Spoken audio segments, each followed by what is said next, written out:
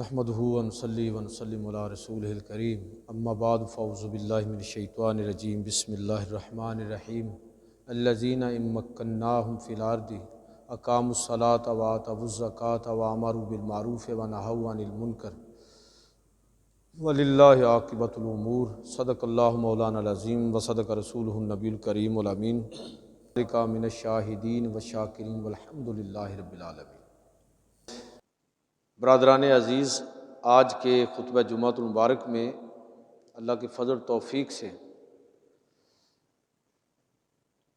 اسلام کے نظام خلافت کے حوالے سے چند باتیں عرض کروں گا۔ پچھلے جمعے جناب ابو بکر صدیق رضی اللہ تعالیٰ عنہ کی میں نے سیرت کے حوالے سے چند باتیں عرض کی تھیں کہ بعثیت خلیفہ انہوں نے حکومتی سطح پر کن چیزوں کو اپنی ترجیحات میں رکھا، اور آج ہمیں اپنے حکمرانوں سے بجا طور پر کس طرح کی توقع کرنی چاہیے۔ آج کی گفتگو بھی پچھلے جمعے کی گفتگو کا آپ اس کو تسلسل کہہ لیجئے کہ مدینہ کی ریاست میں جو نظام حکومت ہمیں نظر آتا ہے، جو طرز حکومت ہم دیکھتے ہیں، اور اس کے بعد خلفائے راشدین نے اس نظام کو ہمارے سامنے مزید واضح کیا، تو آج کی گفتگو اسی تناظر میں ہے۔ اس لیے کہ بعثیت مسلمان جس طرح ہمارے لیے اپنی معاشرت کو اسلام کے مطابق رکھنا لازم اور ضروری ہے، اپنی معیشت کو قرآن و سنت کے حلال و حرام کے قوانین کے مطابق استوار کرنا لازم ہے، اسی طرح ہمارے لیے یہ بھی ہمارے دین اور ایمان کا تقاضا ہے کہ ہم اپنا جو پولیٹیکل سسٹم ہے، جو ہمارا نظام سیاست ہے، وہ بھی قرآن و سنت کی روشنی میں وہ مدون، مرتب اور پھر نافذ ہونا چاہیے۔ یہ ہمارے ایمان کا تقاضا ہے۔ آپ جو آیت مقدسہ میں نے پڑھی ہے نا کہ الذین ان مکناہم فی الارض، کہ وہ لوگ کہ ہم ان کو زمین کے اندر اقتدار دیں تو کیا کام وہ کریں گے؟ اقاموا الصلاۃ، نماز قائم کریں گے۔ اسلام کا پورا جو روحانی نظام ہے اس کی جڑ نماز ہے۔ وآتوا الزکاۃ، اور زکوٰۃ کا نظام نافذ کریں گے، اور اسلام کا جتنا معاشی نظام ہے اس کی جڑ جو ہے وہ ساری کی ساری آپ کو نظام زکوٰۃ کے اندر نظر آئے گی۔ اور فرمایا کہ وَآمَرُوا بِالْمَعْرُوفِ وَنَہَوْا عَنِ الْمُنکَر، نیکی کا حکم کرنے والے اور برائی سے روکنے والے، یہ ان کا وصف ہوگا۔ تو یہ سمجھ لیجئے کہ سماجی سطح پر ساری کی ساری چیزیں اس میں آ جاتی ہیں۔ اس لحاظ سے آپ سمجھیں کہ جس طرح نماز پڑھنا یہ ہمارے دین کا تقاضا ہے، اپنی معیشت کو زکوٰۃ کے نظام کے مطابق ڈالنا یہ ہمارے ایمان کا تقاضا ہے، اسی طرح نجی سطح پر اور ریاست کی سطح پر اس نظام کو پروان چڑھانا یہ بھی ہمارے ایمان کا تقاضا ہے۔ اگر اس حوالے سے کبھی ہم نے کوشش نہیں کی، کبھی سوچا نہیں ہے، کبھی اس کی تبلیغ نہیں کی، کبھی اس حوالے سے کبھی لکھا نہیں ہے، کبھی گفتگو نہیں کی، کبھی اپنا حصہ نہیں ڈالا، تو اس کا مطلب یہ ہے کہ ہم ایمان کے ایک درجے میں پیچھے رہ گئے، کمزور ایمان ہے۔ اسلام کو بطور دین کے ہم نہیں سمجھا، ہم اسلام پر بطور دین کے ایمان نہیں شاید لائے، ہم نے اسلام کو ایک روایتی مذہب کے طور پر لیا ہے جس کا تعلق محض جینے مرنے کی رسموں کے ساتھ ہے۔ حالانکہ اسلام کیا ہے؟ پورا پیکج ہے، پوری زندگی کے سارے پہلوؤں کو ایڈریس کرتا ہے اسلام۔ جناب ابو بکر صدیق رضی اللہ تعالیٰ عنہ کے یوم وصال کی مناسبت سے میں چند باتیں عرض کر رہا ہوں۔ تو جس نظام کو انہوں نے پروان چڑھایا اپنے دور کے اندر رسول اللہ صلی اللہ علیہ وسلم کی نیابت کرتے ہوئے، آج جب اس کی بات کی جاتی ہے تو عام طور پر ہمارا تقاضا کیا ہوتا ہے؟ مسلمان جب بات کرتے ہیں تو یہ کرتے ہیں جی اسلامی نظام آنا چاہیے، حدود شرعیہ قائم ہونی چاہیے، ہماری معاشرت اور سیاست اور معیشت ساری کی ساری قرآن و سنت کے مطابق ہونی چاہیے۔ یہ خواہش اور یہ تمنا بالکل برحق ہے اور ایمان کا تقاضا ہے، لیکن آج کے دور میں گزشتہ 2-2.5 صدیوں کا جو زوال ہے، اس کے نتیجے میں جس طرح ہم اسلام سے عملی طور پر دور ہوئے کہ ہمارا پورا ڈھانچہ معیشت کا وہ مغربی اصولوں پر قائم ہو گیا، ہمارا جو سیاسی نظام ہے اس نے جمہوریت کے انداز میں ایک شکل اختیار کی ہے، تو خلافت ہم سے ایسے لگتا ہے کہ لوگوں کی نظروں سے نظام خلافت ہی اوجھل ہو گیا، اور جب خلافت کی یا اسلامی نظام کی بات کی جاتی ہے تو لوگ کہتے ہیں جی وہ آج کے دور میں یہ جی اب یہ خلافت، پاپائیت، تھیاکریسی اب یہ دور نہیں ہے۔ تو پہلی بات جو ہمیں سمجھنی ہے وہ یہ ہے کہ اسلام میں اور تھیاکریسی یا پاپائیت میں بنیادی فرق کیا ہے، اور دنیا کو جو اسلام بطور ایک پولیٹیکل سسٹم کہ دنیا کو جو گمراہ کیا جاتا ہے، ہماری نئی نسل کو گمراہ کیا جاتا ہے، لوگوں کو غلط فہمی کے اندر مبتلا کیا جاتا ہے، تو زیادہ تر یورپ اور مغرب کی تاریخ دکھا کے کہ دیکھیے کہ وہاں پر مذہبی حکومتوں کے نتیجے میں کیا ہوا۔ اب یورپ کی تاریخ پڑھیں تو یہ بات تو ٹھیک ہے کہ 1799 کے انقلاب فرانس سے پہلے یورپ کے اندر جو حکومتیں تھیں اس کے 3 بنیادی ستون تھے: مذہبی رہنما، مذہبی طبقہ، بادشاہ اور جاگیردار، اور یہ تینوں طبقات آپس میں مل کے لوگوں کا مذہبی استحصال کرتے تھے، اور اگر یہ کہا جائے کہ اس میں سب سے خطرناک کردار جو تھا وہ مذہبی طبقے کا تھا۔ عیسائیت کے اندر جو پاپائیت کا تصور ہے اور پوپ کا جو سٹیٹس ہے وہ کیا ہے کہ وہ خدا کا نمائندہ ہے، جو بھی بات وہ کرے گا خدا کی طرف سے کرے گا، اور لوگوں پر لازم ہے کہ اس کی اطاعت اور اتباع کرے۔ اب یہ مذہبی طبقے کے بارے میں یہ تصور، اور وہ مذہبی طبقہ بادشاہ اور جاگیردار کے ساتھ مل کے پھر لوگوں کے بنیادی حقوق کو جس طرح پامال کرتا رہا کئی صدیاں، ظاہر ہے اس کا نتیجہ پھر یہی نکلنا تھا کہ لوگوں کو مذہبی طبقے سے نفرت کی بجائے مذہب سے ہی نفرت ہو گئی، اور لوگوں نے مذہب کا انکار کر دیا۔ لہذا یورپ اور مغرب مذہب کی سیاست کے اندر مداخلت کو بالکل پسند نہیں کرتے، وہ کہتے ہیں جی ہم نے یہ تجربات بھگت لیے ہیں اور ان کے نتائج بھی ہم نے دیکھ لیے کہ مذہب اگر ریاست کے ساتھ شامل ہوگا تو اس کا نتیجہ کیا نکلے گا۔ اور یہ بات ٹھیک ہے کہ مذہبی طبقہ بدقسمتی سے اگر وہی رول ادا کرے جو یورپ اور مغرب کے اندر پوپ نے کردار ادا کیا تھا، تو پھر ایسا مذہب اس کا واقعی ریاست کے ساتھ کوئی تعلق نہیں ہونا چاہیے۔ لیکن سوال یہ ہے کہ کیا اسلام میں بھی اسی طرح کا تصور ہے جس طرح یورپ اور مغرب میں ہم دیکھتے ہیں؟ تو میرے بھائیو ایسا بالکل نہیں ہے۔ اسلام کے اندر پاپائیت کا، تھیاکریسی کا، اس طرح کا کوئی تصور موجود نہیں ہے۔ اسلام کے نظام خلافت کو ہم اگر دیکھیں تو یہ بالکل مغرب کے اندر عیسائیت کا جو کردار تھا کہ جس طرح پوپ نے، مذہبی طبقے نے بادشاہ اور جاگیردار کے ساتھ مل کر لوگوں کا استحصال کیا، لوگوں کے حقوق پر ڈاکہ ڈالا اور لوگوں کو بنیادی انسانی حقوق سے محروم کیا، اسلام میں مذہبی طبقے کے اس طرح کے کسی بھی رول کا کوئی تصور ہی سرے سے موجود نہیں ہے۔ لیکن بدقسمتی آپ دیکھیے کہ ہمارے ہاں چند مذہبی جماعتیں جو ہیں ان کے علاوہ باقی کا رول جو ہے بدقسمتی سے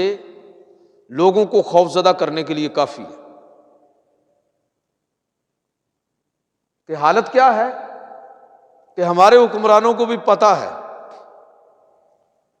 کہ یہاں مذہبی جماعتیں حکومت تو نہیں بنا سکتی، لیکن کوئی حکومت ان کے تعاون کے بغیر قائم نہیں رہ سکتی۔ تو پھر وہ کیا ہے کہ مذہبی لوگوں کو اپنے ساتھ اس طرح جوڑ کے اور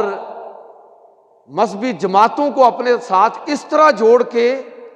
کہ اپنے غیر قانونی کاموں کی لوگوں کے سامنے گویا کہ جسٹیفیکیشن پیش کی جا رہی ہے، تو لوگوں کے حقوق پر ڈاکہ ڈالا جاتا ہے۔ اس کا نتیجہ کیا ہے کہ ہمارے ہاں لوگ مذہب اور مذہبی طبقے کے بارے میں اسی طرح کی غلط فہمیوں کا شکار ہو رہے ہیں جس طرح یورپ اور مغرب میں لوگ عیسائیت کے بارے میں اور پوپ کے بارے میں غلط فہمیوں کا شکار تھے۔ لہٰذا ایک تو ہمیں اس تصور کو ٹھیک کرنا چاہیے کہ اسلام میں اس طرح کا کوئی تصور ہی موجود نہیں ہے۔ اسلام میں خلیفہ نہ خدا کا نمائندہ ہے اور نہ ہم اس کو معصوم سمجھتے ہیں۔ حضرت ابوبکر صدیق رضی اللہ تعالیٰ عنہ جب خلیفہ بنے تو لوگوں نے ان کو، مسند ابی اعلیٰ کے اندر یہ روایت موجود ہے کہ لوگوں نے ان کو کہا کہ یا خلیفۃ اللہ، اے اللہ کے خلیفہ، تو انہوں نے آگے سے فرمایا تھا کہ لست بخلیفۃ اللہ، میں اللہ کا خلیفہ نہیں ہے، بلکہ انہوں نے یہ فرمایا تھا کہ انا خلیفۃ رسول اللہ، میں تو اللہ کے رسول کا خلیفہ ہوں۔ اس فرق کو سمجھنا ضروری ہے کہ اللہ کا خلیفہ ہونے کا، وہ تو صرف رسول ہے اور وہ معصوم ہے۔ جب وہ یہ بات کہیں کہ اللہ کا یہ حکم ہے تو اس کو ماننا ہمارے لیے لازم ہے، لیکن خلیفہ جو ہے وہ اللہ کا نمائندہ نہیں ہے بلکہ اللہ کے رسول صلی اللہ علیہ وسلم کی نیابت کر رہا ہے۔ اس سے ہم اختلاف کر سکتے ہیں، ہم اس کو معصوم نہیں سمجھتے۔ اسلام میں خلیفہ کے، مذہبی طبقے کے معصوم ہونے کا کوئی سرے سے تصور ہی نہیں ہے۔ ہمارا امام اور خطیب ہو، بڑے سے بڑا مذہبی رہنما ہو، ہمارا کوئی شیخ اور مقتدا اور پیر ہو، سب کے سب قرآن و سنت کے تابع ہیں، کوئی قرآن و سنت سے بالا نہیں ہے۔ یورپ اور مغرب میں مذہب اور مذہبی حکومتوں کے بارے میں جو تصور تھا وہ اس سے بالا تھا۔ میں عام طور پر مذہبی منافرت پر گفتگو نہیں کیا کرتا، لیکن کوئی چیز اگر غلط ہو تو اس کی سادہ انداز میں نشاندہی کرنا بھی ضروری ہے کہ ہمارے ہاں مسلمانوں کے ہاں جو ہمارے شیعہ بھائی ہیں ان کے ہاں امامت کا جو تصور ہے نا وہ عیسائیت کے، پاپائیت کے تصور کے ساتھ ملتا جلتا ہے، کہ جس طرح پوپ جو ہے وہ خدا کا نمائندہ ہے اور قانون سے بالا تر ہے، سب لوگوں کے لیے لازم ہے کہ اس کی اتباع کریں، یہاں بھی امامت کا تصور یہی ہے کہ امام معصوم ہے۔ اہل سنت کا نقطہ نظر کیا ہے کہ اللہ کے پیغمبر کے علاوہ کوئی معصوم نہیں ہے، چاہے وہ صحابہ ہوں، چاہے اہل بیت ہوں، چاہے اولیاء اللہ ہوں، کوئی معصوم نہیں ہے۔ ہاں، نیکی اور تقوی میں ان کو جو اللہ تعالیٰ نے شان اور عظمت عطا فرمائی ہیں، عام انسانوں کی وہاں تک رسائی نہیں ہے، یہ بات ہے۔ لیکن معصوم صرف اللہ کے پیغمبر ہے، باقی کسی سے بھی خطا ہو سکتی ہے۔ تو ہمارے جو شیعہ بھائی ہیں انہوں نے جو امامت کا تصور قائم کیا وہ عیسائیت کے تصور پاپائیت کے قریب ہے، کہ امام معصوم ہوتا ہے، براہ راست اللہ سے چیزوں کو اخذ کرتا ہے روحانی طور پر، اور لوگوں پر لازم ہے کہ اس کی اتباع اور اطاعت کریں۔ لیکن اہل سنت کا موقف یہ نہیں ہے۔ اہل سنت کا موقف وہی ہے جو صحابہ کرام، حضرت ابوبکر صدیق رضی اللہ تعالیٰ عنہ کا جو میں نے قول آپ کو سنایا کہ جب ان کو کہا گیا کہ یا خلیفۃ الرسول، تو انہوں نے آگے سے اس کی تردید کر دی، فرمایا کہ میں لست بخلیفۃ اللہ، میں اللہ کا خلیفہ نہیں ہوں، آنا خلیفۃ رسول اللہ، میں تو اللہ کے رسول کا خلیفہ ہوں۔ اور بعد والوں نے تو اپنے آپ کو رسول کا خلیفہ بھی نہیں کہا، بلکہ انہوں نے خلیفۃ المسلمین اور امیر المومنین کہلانا پسند کیا۔ میرا کہنے کا مطلب یہ ہے کہ اسلام نے نظام خلافت کی جو بات کی ہے، اس نظام خلافت کے بارے میں مغرب کی مثالیں دے دے کہ آج ہماری نئی نسل کو گمراہ کیا جا رہا ہے، مسلمانوں کے اندر خوف پیدا کیا جا رہا ہے کہ اگر مذہبی یا اسلامی نظام آ گیا تو یہ کوئی ملاؤں کی حکومت آ جائے گی، ملائیت کو غلبہ مل جائے گا۔ میرے بھائیو، ایسا بالکل نہیں ہے، ایسا بالکل نہیں ہے۔ اسلام کسی طبقے کی حکومت کا قائل ہی نہیں ہے۔ ہم جس حکومت کی بات کرتے ہیں وہ مذہبی طبقے کی حکومت نہیں ہے، بلکہ مذہب کی حکومت ہے۔ یہ بنیادی فرق ہمیں سمجھنا چاہیے، اس لیے کہ مسلمانوں کے ہاں اس طرح کا استثناء کسی کے لیے ہے ہی نہیں۔ اور اس سے بڑی بات کیا ہوگی کہ اسلامی ریاست کے اندر، مدینہ کی ریاست کے اندر، اسلام کے نظام خلافت کے اندر اللہ کے پیغمبر صلی اللہ علیہ وسلم جو امامت کبریٰ کے منصب پر فائز ہے۔ اب دیکھیں نا، خلفائے راشدین تو اس کے بعد ہیں، یہ امامت صغریٰ ہے۔ امامت کبریٰ جو ہے وہ تو پیغمبر کو حاصل ہوتی ہے۔ تو آپ اندازہ کریں کہ اگر وقت کے پیغمبر بھی ریاست کے سربراہ ہوں گے تو وہ بھی اللہ کے حکم کے تابع ہیں۔ رسول اللہ صلی اللہ علیہ وسلم آپ بھئی دین کا مرکز اور محور ہیں۔ نبی صلی اللہ علیہ وسلم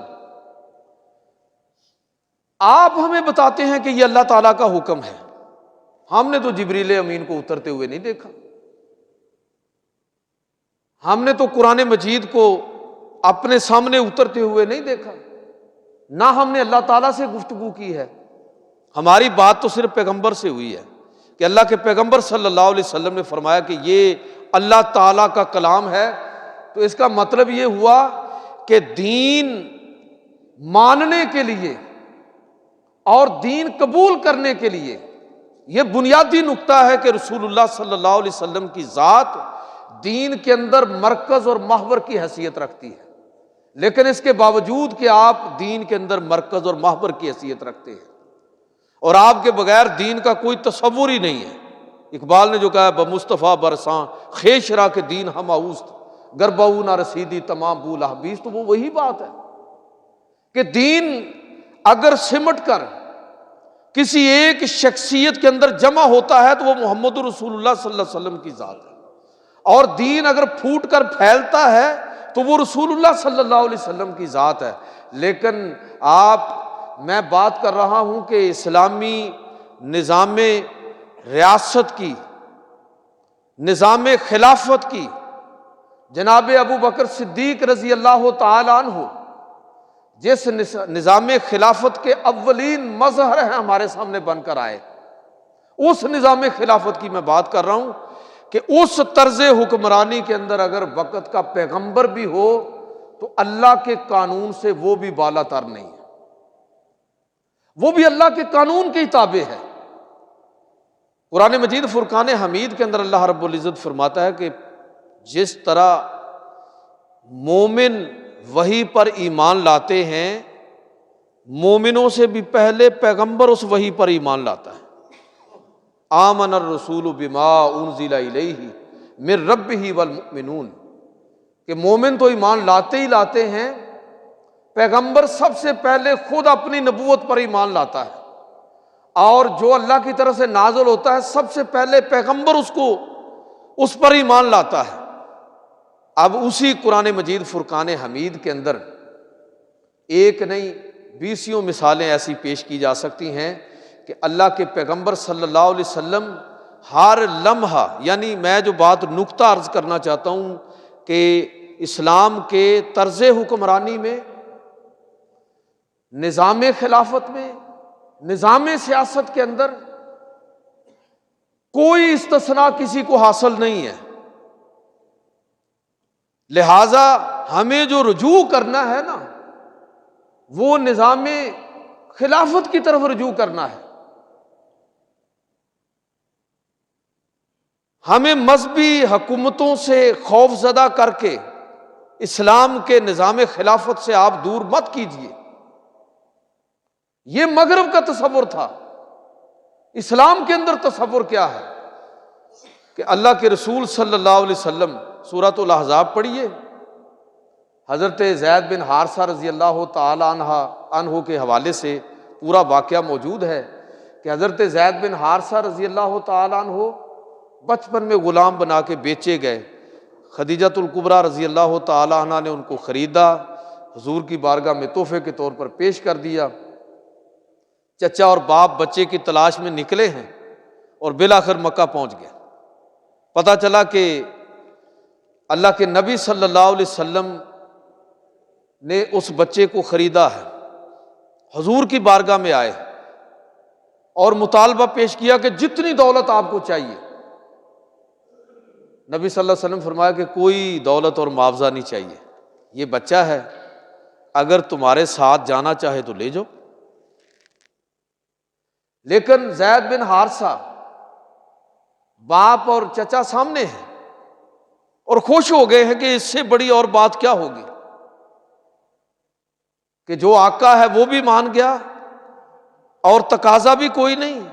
اور ہم پہنچ بھی گئے ہیں منزل پر۔ لیکن زید بن حارثہ رضی اللہ تعالی عنہ یہ بچوں میں سب سے پہلے اسلام لانے والے ہیں، اور آپ اندازہ کیجئے کہ قرآن مجید میں سورہ احزاب میں صرف ایک صحابی کا نام قرآن مجید میں ذکر ہو، اور یہی ہیں زید بن حارثہ رضی اللہ تعالیٰ عنہ، جن کا نام تلاوت کرنا بھی عبادت ہے۔ یہ زید بن حارثہ، تو نبی صلی اللہ علیہ وسلم فرمایا کہ اگر یہ جاتے ہیں تو لے جاؤ۔ باپ اور چچا خوش ہوئے کہ چلو بیٹا ہمارے ساتھ۔ تو جناب زید بن حارثہ، ابھی عمر زیادہ نہیں ہے لیکن رسول اللہ صلی اللہ علیہ وسلم کی محبتوں کو جس طرح دیکھا تو کہنے لگے کہ میں ادھر ہی رہنا چاہتا ہوں، میرے لیے یہی سب کچھ ہے۔ تو بخوشی چھوڑ کر چلے گئے۔ نبی صلی اللہ علیہ وسلم بھی ان کے اس عمل سے اتنے خوش ہوئے کہ آزاد کیا اور اپنا بیٹا بنا لیا۔ یہ نبی صلی اللہ علیہ وسلم کے متبنہ ہے، یعنی منہ بولے بیٹے ہیں۔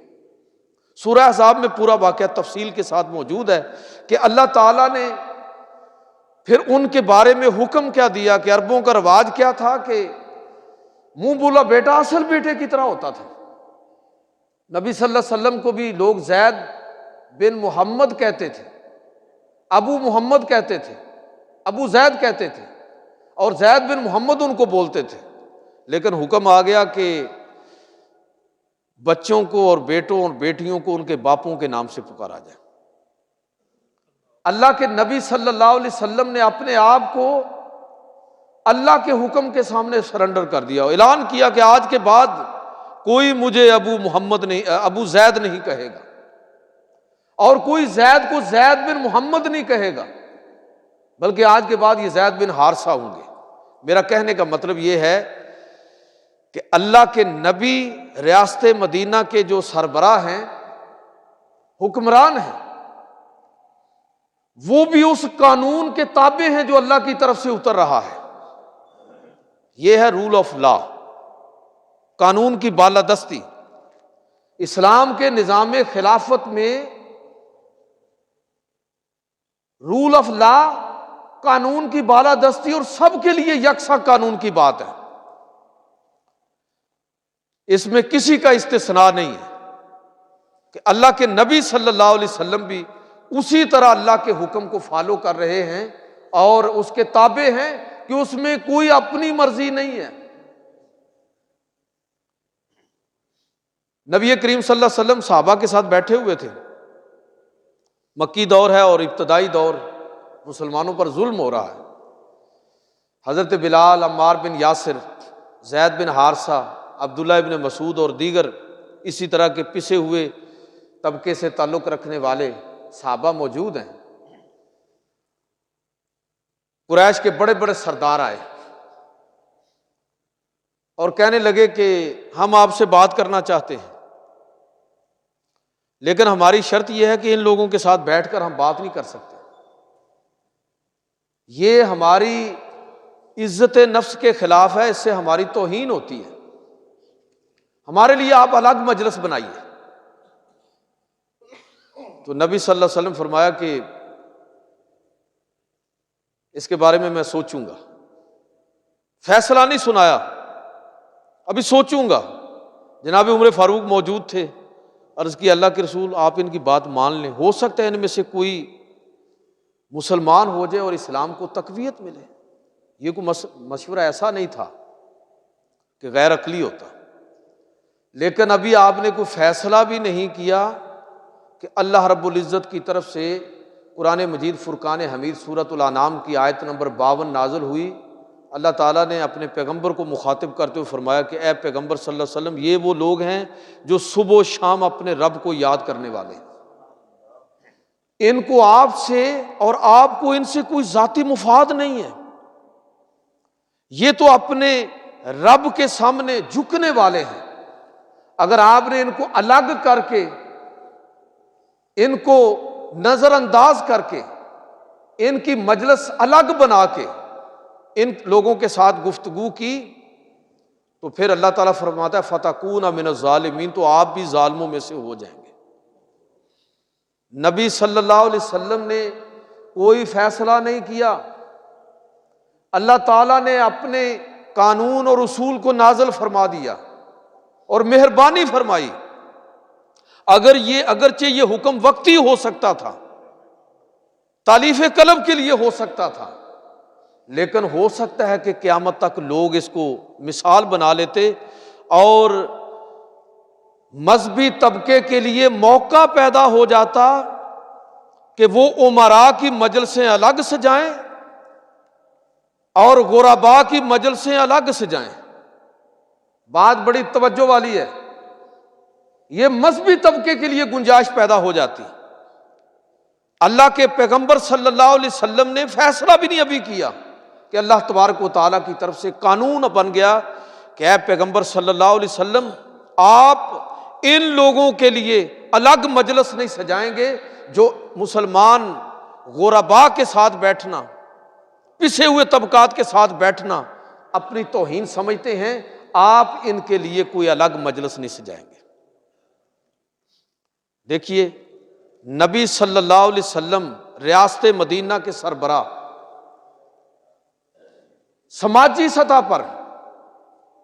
آپ کس طرح اپنے آپ کو اللہ کے حکم کے تابع سمجھتے ہیں، لہذا اب قیامت تک کسی مذہبی رہنما کے لیے یہ جائز نہیں ہوگا کہ وہ اپنے لیے کوئی الگ تخت پوش بنائے، اپنے آپ کو نمایاں کرنے کے لیے کوئی خاص طریقہ اختیار کرے اور امراء کے لیے الگ لنگر تیار کرے اور غرباء کے لیے الگ لنگر تیار کرے۔ اللہ کے پیغمبر صلی اللہ علیہ وسلم کو روک کر دو چیزیں واضح ہوئیں۔ ایک یہ واضح ہوا کہ اللہ کے پیغمبر صلی اللہ علیہ وسلم بھی ریاست مدینہ کے سربراہ ہونے کے باوجود اللہ کے حکم کے تابع ہے، کوئی وی آئی پی نہیں ہے، کوئی اعلیٰ اور ادنا نہیں ہے، قانون کی نظر میں سماجی سطح پر، قانونی سطح پر سب برابر ہے، یہ تصور دیا اسلام نے۔ اور دوسری جو بات ہمیں سمجھ آتی ہے وہ یہ ہے کہ یہ گویا کہ جہاں رسول اللہ صلی اللہ علیہ وسلم اسلامی ریاست، نظام اسلام نظام خلافت کے اندر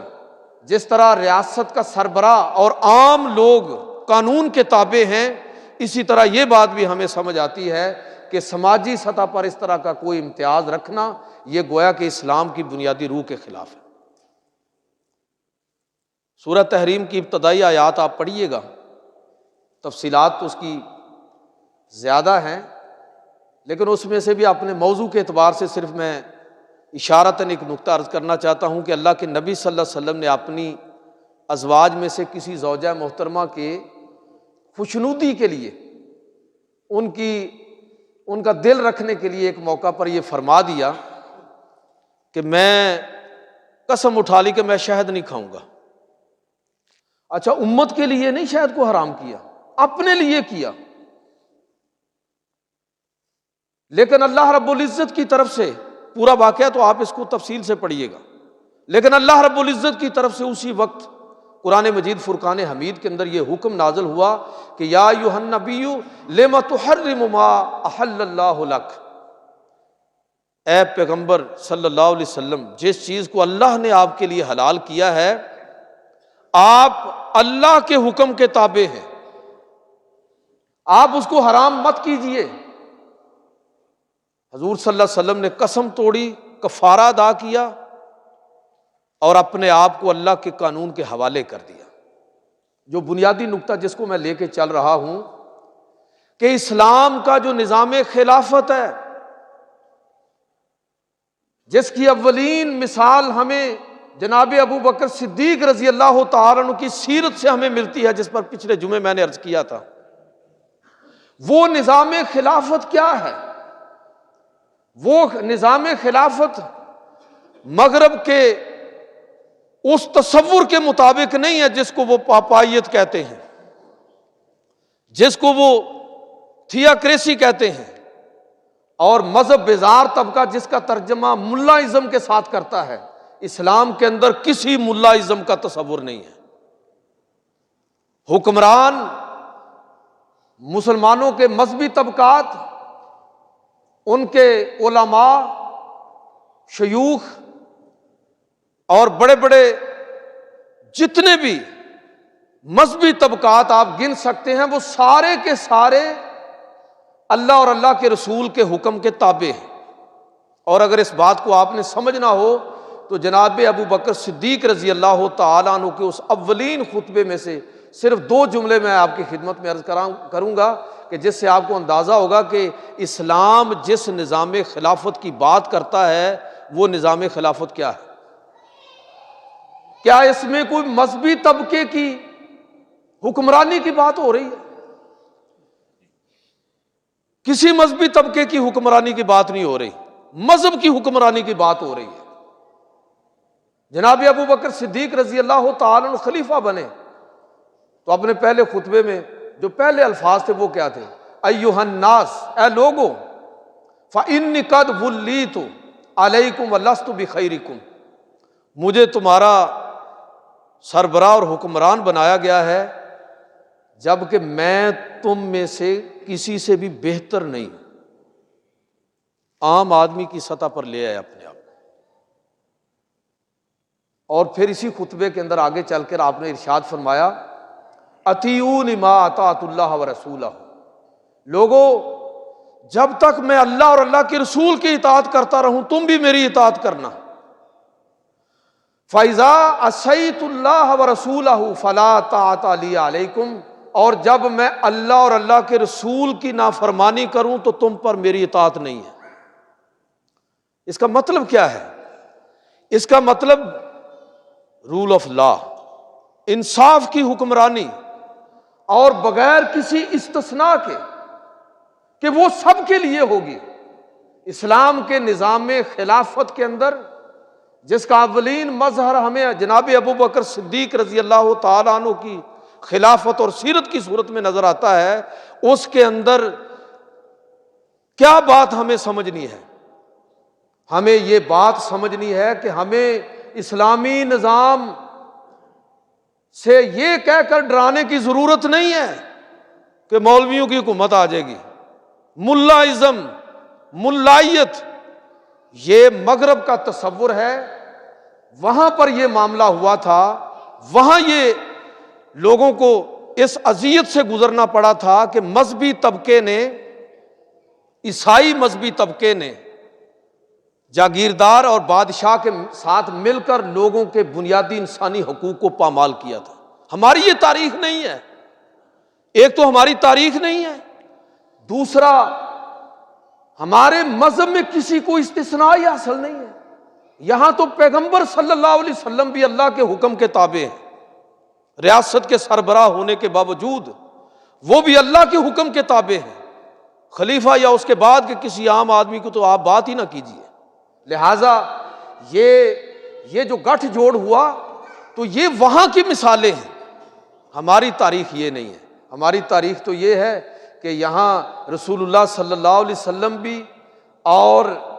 تمام طبقات برابر قانون کی حکمرانی کو تسلیم کرنے والا، اللہ کے نبی نے اپنے اوپر اللہ کا قانون نافذ کیا،